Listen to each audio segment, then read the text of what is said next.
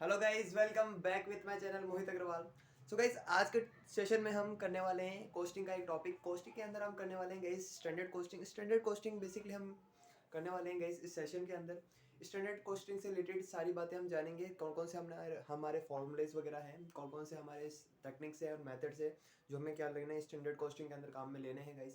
सो आइए स्टार्ट करते हैं इस सेशन को with the topic standard costing. So standard costing करने से पहले गाइस, सबसे पहले मैं आपको ये बता दूं, स्टैंडर्ड कोस्टिंग बेसिकली हमने कई मेथड्स पढ़े थे कोस्टिंग के। बेसिकली जो मेथड्स होते हैं कोस्टिंग के अंदर, बट स्टैंडर्ड कोस्टिंग क्या नहीं है, एक मेथड नहीं है कोस्टिंग का, ये एक टेक्निक है। बेसिकली आपने जो इससे पहले जो चैप्टर पढ़ा था मार्जिनल कोस्टिंग, मार्जिनल कोस्टिंग इसका नेक्स्ट जो चैप्टर है, चैप्टर नंबर 14। ये चैप्टर नंबर हमारा कौन सा है? Chapter number 13। मॉड्यूल का चैप्टर नंबर 13 है ये स्टैंडर्ड कोस्टिंग। इसका नेक्स्ट जो चैप्टर है गाइस, ये जो चैप्टर नंबर स्टैंडर्ड कोस्टिंग हमें दे रखा है, स्टैंडर्ड मार्जिनल कोस्टिंग दे रखा है, ये बेसिकली कोस्टिंग की ये क्या है? टेक्निक्स है। कोस्टिंग की टेक्निक्स है। There are not to be costing, ये कोस्टिंग की टेक्निक्स है।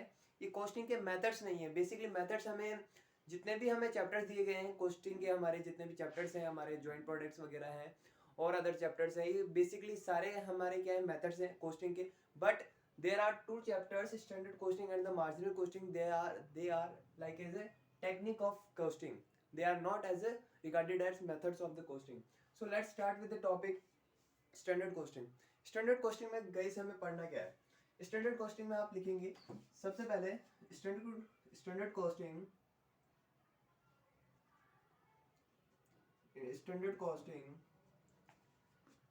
is not regarded as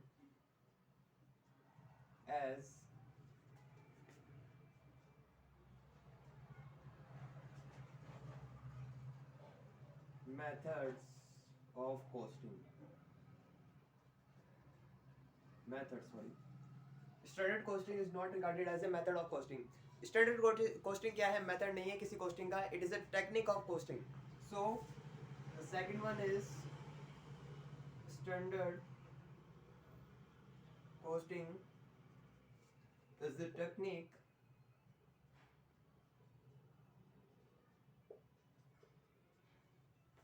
of costing. ये क्या है? बेसिकली टेक्निक है गाइस किसकी? कोस्टिंग की। आइए देखते हैं कि एग्जांपल के साथ स्टैंडर्ड कोस्टिंग का मतलब क्या होता है गाइस। स्टैंडर्ड कोस्टिंग का मतलब क्या होता है? सपोज लाइक दैट गाइस, कई बार क्या होता है कि हम किसी भी चीज़ को प्रोड्यूस करने के लिए, किसी भी चीज़ को मैन्युफैक्चर वगैरह करने के लिए, बड़ी बड़ी जो ऑर्गेनाइजेशंस वगैरह होती है, कंपनीज वगैरह होती है, वो अपना एक स्टैंडर्ड मेंटेन करती है। सपोज लाइक दैट, यदि मुझे कोई प्रोडक्ट बनाना है, सपोज लाइक ये एक प्रोडक्ट है ए, कोई भी कंपनी है, सपोज लाइक एक एग्जांपल से हम इस चीज़ को, स्टैंडर्ड कोस्टिंग को समझेंगे कि स्टैंडर्ड कोस्टिंग बेसिकली क्यों काम में लेते हैं, क्यों ये चैप्टर हमारे सिलेबस के अंदर डाला गया है, बेसिकली इसका क्या इंपॉर्टेंस है हमारे सिलेबस में और हमारे आने वाले जो भी ऑर्गेनाइजेशंस में हम काम करेंगे उसके अंदर। सो देखते हैं, प्रोडक्ट ए हमें दे गया है, ये प्रोडक्ट ए है। इस प्रोडक्ट को मैन्युफैक्चर करने के लिए बेसिकली गाइज जो कंपनीज होती हैं, कंपनीज क्या करती है? एक स्टैंडर्ड डिसाइड करती है। स्टैंडर्ड क्या? यदि मुझे इस प्रोडक्ट को बनाना है तो कंपनी क्या डिसाइड करती है कि इसके लिए मुझे जो भी रॉ मटेरियल परचेज करना है, वो मैंने स्टैंडर्ड डिसाइड कर लिया कि स्टैंडर्ड जो इसकी प्राइस होनी चाहिए, standard price 10 rupees per KG होनी चाहिए। सपोज लाइक कोई भी मैं ये प्रोडक्ट बना रहा हूँ, ये प्रोडक्ट बनाने के लिए मैंने स्टैंडर्ड डिसाइड कर लिया, जो या तो कंपनी डिसाइड किया या किसी भी कंपनी के जो भी मैनेजर्स वगैरह होते हैं और कंपनी के जो भी मैन्युफैक्चरर्स, परचेजर्स वगैरह होते हैं, परचेज डिपार्टमेंट है, उन्होंने ये एक स्टैंडर्ड डिसाइड कर लिया। कंपनी ने एक स्टैंडर्ड दे दिया कि आपको क्या करना है, जो रॉ मटेरियल है वो with in 10 rupees per KG में क्या करना है? परचेज करना है। फर्स्ट कंडीशन क्या डाल दी कि हमें स्टैंडर्ड इतना मेंटेन करना है, बट एक्चुअली में कितना आता है? सपोज जो हम स्टैंडर्ड मेंटेन करते हैं गाइस, ऑब्वियसली ऐसा तो हो नहीं सकता कि जो हमने स्टैंडर्ड मेंटेन किया हम हमारे हिसाब से वैसे उससे कम ही हो। कम होगा तो अच्छा है भाई, हमने 10 रुपए की चीज की स्टैंडर्ड मेंटेन करी है। अब यदि वो रॉ मटेरियल है हमें 10 से कम में पड़ रहा है, लाइक 9 में या 8 में पड़ रहा है, सपोज लाइक दैट, सो ये तो हमारे लिए फेवरेबल कंडीशन है। बट ये यदि ये रॉ मटेरियल हमें एडवर्स सिचुएशन के अंदर इन लाइक 10 to 14 और 12 to 14 वगैरह में हमें क्या पड़ रहा है? परचेज करना पड़ रहा है। सो ये हमारे लिए क्या है, एडवर्स सिचुएशन है। तो कंपनी चाहती है कि हमने स्टैंडर्ड मेंटेन किया है 10 रुपीज़ पर केजी का। अब इससे कम में आता है तो ठीक है, इससे ज़्यादा में आता है तो वो हमारे लिए क्या है, एडवर्स सिचुएशन है। इसके लिए कंपनीज क्या करती है, बेसिकली कंपनी क्या करती है, स्टैंडर्ड मेंटेन करती है। परचेज डिपार्टमेंट ने क्या किया, परचेज डिपार्टमेंट को एक स्टैंडर्ड दे दिया गया कि अभी अभी आपको क्या करना है, 10 रुपीज़ पर केजी में क्या करना है, रॉ मटेरियल परचेज करना है for the product of a product के लिए आपको स्टैंडर्ड मेंटेन करना है to purchase the raw material at a price of 10 rupees per KG. 10 rupees per KG में आपको क्या करना है, परचेज करना है।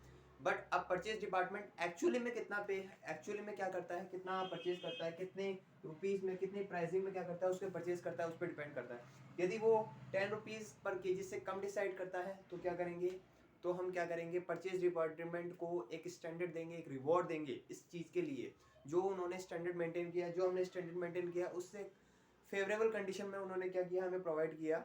उससे फेवरेबल कंडीशन मतलब यदि वो रॉ मटेरियल क्या करते हैं, इससे कम प्राइस में परचेज करते हैं या हमें प्रोवाइड करवाते हैं कंपनी को, तो ये फेवरेबल कंडीशन है। और ये फेवरेबल कंडीशन हमें किसने दिलाई, बेसिकली परचेज डिपार्टमेंट है। तो परचेज डिपार्टमेंट को हम क्या देंगे, रिवॉर्ड देंगे इस चीज़ के लिए। बट यदि इसी की एडवर्स सिचुएशन हम देखें गाइस, इसकी एडवर्स सिचुएशन होती है यदि वो 10 रुपीज़ का यदि कोई भी प्रोडक्ट है, मतलब लाइक हमने स्टैंडर्ड मेंटेन कर लिया और उसके बाद में यदि हमें वो प्रोवाइड करवाते हैं 10 to 14 रुपीज़ पर केजी में, तो ये एडवर्स सिचुएशन है। इसके लिए हम क्या करेंगे, एक्शन लेंगे।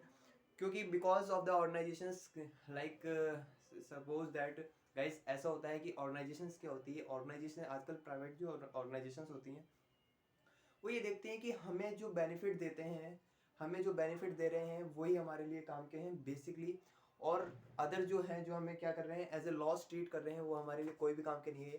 प्राइवेट जो ऑर्गेनाइजेशन होती है गाइस नाउ डेज क्या करती हैं, जो हम उनके काम के आते हैं, जो उन्हें प्रॉफिट मेकिंग होते हैं और जो उन्हें बेनिफिट्स प्रोवाइड कराते हैं, उन्हीं ऑर्गेनाइजेशन, उन्हीं को, उन्हीं पर्सनस को, उन्हीं को हम वो क्या करती है, ऑर्गेनाइजेशंस के अंदर रिक्रूट करती है, रखती है। अन्यथा वो क्या नहीं करती है, अलाउड नहीं करती है। सो बेसिकली ये कंडीशन है। स्टैंडर्ड मेंटेन किया जाता है ऑर्गेनाइजेशंस के द्वारा, कंपनीज के द्वारा, और उस स्टैंडर्ड के थ्रू एक क्या किया जाता है, परचेजिंग का, लेबर का, ऐसे कई सारे स्टैंडर्ड्स क्या कर दिए जाते हैं, मेंटेन किए जाते हैं। सो आइए गाइस स्टार्ट करते हैं इस सेशन को। ये तो टॉपिक था हमारा बेसिक डिस्कशन का। इसके बाद में हम देखते हैं कि स्टैंडर्ड कॉस्टिंग के अंदर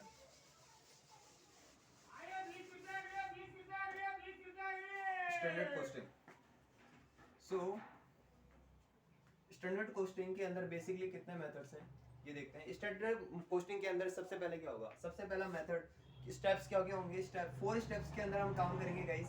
4 steps to be taken for standard costing. Standard maintain करने के लिए हमें 4 स्टेप्स में काम करना पड़ेगा। सबसे पहले आपको क्या करना पड़ेगा, एक जो आपका स्टैंडर्ड है, जो भी कंपनी का स्टैंडर्ड है, जो भी ऑर्गेनाइजेशन का स्टैंडर्ड है, वो क्या करना पड़ेगा, मेंटेन करना पड़ेगा। अब पहली बात ये आती है कि यदि मैं क्या करना चाहता हूँ, किसी ऑर्गेनाइजेशन को ये बताना चाहता हूँ कि तूने फेवरेबल कंडीशन दी है या एडवर्स कंडीशन दी है, तो उसके लिए सबसे पहले मुझे स्टैंडर्ड तो मेंटेन करना पड़ेगा ना गाइज। स्टैंडर्ड मेंटेन करिए तो सबसे पहली कंडीशन आती है कि एस्टैब्लिशमेंट ऑफ स्टैंडर्ड। सबसे पहला, ensure your establishment of standards। सबसे पहले क्या कीजिए, आप स्टैंडर्ड में स्टैंडर्ड्स को क्या करें, एस्टैब्लिश करें। Second, valuation, valuation of the standards, valuate करें आप, वैल्यूएशन निकालें उसका, valuation of standards. And the third one is if the standard is profit making, if the standard is profit making,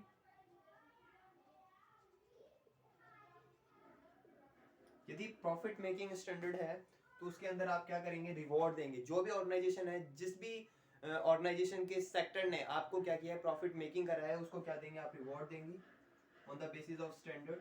on the basis of standard क्या देंगे, reward देंगे। And the fourth one is if the standard are treated as loss, so आप क्या लेंगे, action लेंगे। सो उस organisation के through आप क्या लेंगे, एक्शन लेंगे। सो 4 स्टेप्स में हमने क्या काम करना है, बेसिकली हम क्या करेंगे, सबसे पहले अपना स्टैंडर्ड क्या करेंगे, एस्टेब्लिश करेंगे। सेकंड थिंग वैल्यूएशन करेंगे स्टैंडर्ड्स का, कि हमें कितनी वैल्यू क्या करनी है स्टैंडर्ड। सपोज लाइक हमने प्रोडक्ट ए बनाया गाइस, प्रोडक्ट ए के अंदर हमने डिसाइड किया कि हमें क्या करना है, 10 रुपीज़ पर केजी के अंदर क्या करना है, रॉ मटेरियल को परचेज करना है। तो ये हमारा स्टैंडर्ड था, ये हमने वैल्यूएट किया स्टैंडर्ड को। सेकंड थिंग थर्ड थिंग हमने देख सेकंड थिंग हमने देख ली। थर्ड थिंग हमने देखी कि if the standard is profit making, यदि स्टैंडर्ड क्या होता है, प्रॉफिट मेकिंग है, तो हम जो भी जिस सेक्टर ने, जिस ऑर्गेनाइजेशन ने, जिस क्या कहते हैं, जिस डिपार्टमेंट ने हमें क्या किया है, प्रॉफिट मेकिंग प्रोवाइड कराया है, जिस सेक्टर ने हमें क्या किया है, प्रॉफिट प्रोवाइड करा है, उसको हम क्या देंगे, रिवॉर्ड देंगे as a reward. And the standard क्या नहीं होता है, लॉस ट्रेड होता है, तो उसको हम क्या लेंगे, उसी डिपार्टमेंट के ऊपर हम एक्शन लेंगे, कार्रवाई करेंगे। So that is the thing of 4th steps for the standard costing. आगे देखते हैं। सो गाइस ये टॉपिक तो हमारा आज वैसे यहीं क्लियर होता है। सो इसके बाद हम देखेंगे नेक्स्ट सेशन में। Thank you guys, thank you all for this session.